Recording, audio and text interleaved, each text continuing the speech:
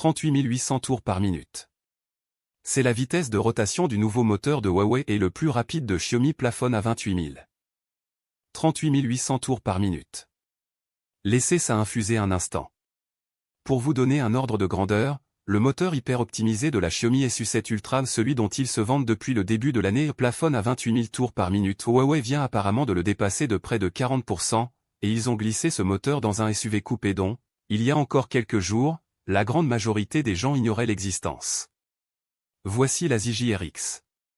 Elle vient d'obtenir le feu vert du ministère chinois de l'Industrie et des Technologies de l'Information Lot 408, pour ceux qui veulent vérifier, ce qui signifie que c'est concret, que ça arrive, et les rumeurs pointent vers un lancement en août aux alentours de 240 000 yuan, soit environ 33 000 $ au taux actuel. Franchement, je n'avais pas coché la case, Huawei construit un SUV coupé dessiné par Ferrari avec un moteur record, sur mon bingo 2025. Presque personne ne l'avait fait. À mon avis, cette révélation est ce que la division automobile de Huawei a produit de plus marquant depuis le lancement de la Luxeed S7 originale. Et ce n'est pas peu dire. Parlons de ce que cette voiture propose concrètement, parce que la fiche technique donne l'impression que quelqu'un a perdu un pari. L'extérieur a été dessiné par un designer aux véritables références Ferrari, pas inspiré par Ferrari, pas formé en Italie, un vrai designer Ferrari. Et à en juger par les images d'approbation qui ont fuité, ça se voit, je crois. La ligne de toit plonge en un arc long et agressif, les ailes arrière sont larges, et l'ensemble dégage une tension que la plupart des SUV chinois peinent encore à atteindre. Comparé au Porsche Macan EV, que je considère comme la référence actuelle en matière de design de SUV coupé dans ce segment, le ZJ-RX s'invite au moins dans la discussion sur le plan visuel. Qu'il fasse mieux, c'est une question de goût, mais il ne fait plus pâle figure à côté. Côté technologie, 4 unités lidar. 4. La plupart des concurrents en embarquent une ou deux. Huawei enveloppe littéralement cette voiture dans une bulle de capteurs à 360 degrés, qui alimentent leur stack autonome ADS, Advanced Driving System. À mon avis, 4 lidars, c'est excessif pour les routes d'aujourd'hui, mais Huawei construit clairement pour là où la réglementation s'en va, pas pour là où elle en est. C'est un pari intelligent. Il y a aussi quelque chose appelé électromagnétique thermal compression technologie, une exclusivité ZJ, apparemment, et qui concernerait, je crois, la gestion thermique de la batterie lors de la charge rapide et de la conduite sportive. Soyons honnêtes, les détails techniques sur ce point restent maigres, et je ne veux pas affirmer plus que ce que je comprends réellement pour l'instant. Je veux m'attarder une minute sur le moteur, parce que je sens que beaucoup vont balayer ça d'un revers de main comme une simple guerre de chiffres et passer complètement à côté de l'essentiel.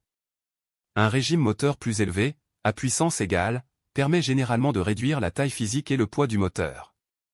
Un moteur plus léger, c'est une meilleure répartition des masses, moins de masse non suspendue, et davantage de place pour loger les batteries.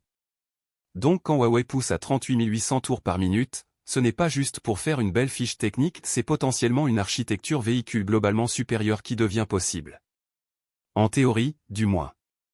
On ne saura rien de définitif tant que des ingénieurs indépendants n'auront pas démonté la bête. Je dois reconnaître que je me suis trompé sur un point. Il y a environ 18 mois, j'ai dit sur cette chaîne que le moteur à 21 000 tours par minute de la Xiaomi SU7 originale représentait grosso modo le plafond atteignable pour les moteurs de BEV grand public en Chine dans un avenir proche. Puis Xiaomi eux-mêmes ont atteint 28 000 tours par minute. Et maintenant Huawei est à 38 800. Le rythme d'itération m'a franchement surpris et je pense qu'il devrait surprendre quiconque pensait que les constructeurs chinois se contentaient de rattraper les standards occidentaux. Ils fixent désormais des références que les marques occidentales ne cherchent même pas à atteindre. Pour replacer ça dans son contexte, le Porsche Macan EV bimoteur plafonne à environ 16 000 tours par minute sur son unité arrière. Huawei tourne à plus du double. Cet écart mérite, à mon sens, bien plus d'attention qu'il n'en reçoit dans la presse automobile occidentale. Alors, où se situe vraiment le ZJ-RX ? À mon avis, c'est le produit le plus abouti qu'ait jamais sorti l'écosystème automobile de Huawei. Caution design Ferrari, le moteur électrique de série le plus rapide du monde à l'heure actuelle, 4 lidars, et une technologie thermique exclusive sur le papier, rien dans la tranche des 240 000 yuan ne lui arrive à la cheville. Ni la Tesla Model Y Performance, ni la Xpeng G6, ni la Lixian L6.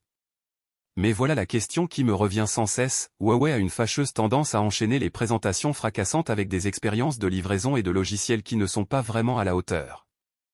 La Luxeed S7 a connu de vrais problèmes de jeunesse au lancement. l'iTO M9 a mis des mois à déployer correctement ses fonctions ADS. Je dirais que le Ziggy RX a un plafond plus élevé que tout ce que Huawei a fait avant, mais il est aussi plus complexe à maîtriser. 4 lidars et un moteur à 38 800 tours par minute, ça n'impressionne vraiment que si le logiciel qui les pilote est mature dès le premier jour. Si Huawei tient le calendrier doux et que l'expérience de conduite réelle est à la hauteur des specs annoncés, cette voiture redéfinit concrètement ce que le monde doit penser des performances des véhicules électriques chinois. Si le lancement cafouille encore, ça devient une nouvelle mise en garde sur l'art de privilégier les annonces à l'exécution. Je sais quel scénario j'espère. Je ne suis juste pas certain duquel on va hériter. Si vous suivez la marque Ziggy, dites-le en commentaire, vous pensez que Huawei a enfin résolu son problème d'exécution, ou c'est encore un cas de brillance sur fiche technique qui se complique dans le monde réel? Je lis tout. Et si vous voulez être là quand les premières impressions de conduite tombent, s'abonner reste le seul moyen fiable de ne pas les rater. Abonnez-vous et activez la cloche, les premières impressions de conduite desquelles seront disponibles. Et dites-moi en commentaire, Huawei a-t-il gagné votre confiance sur le plan de l'exécution, ou vous attendez-vous à le voir à l'état sauvage d'abord?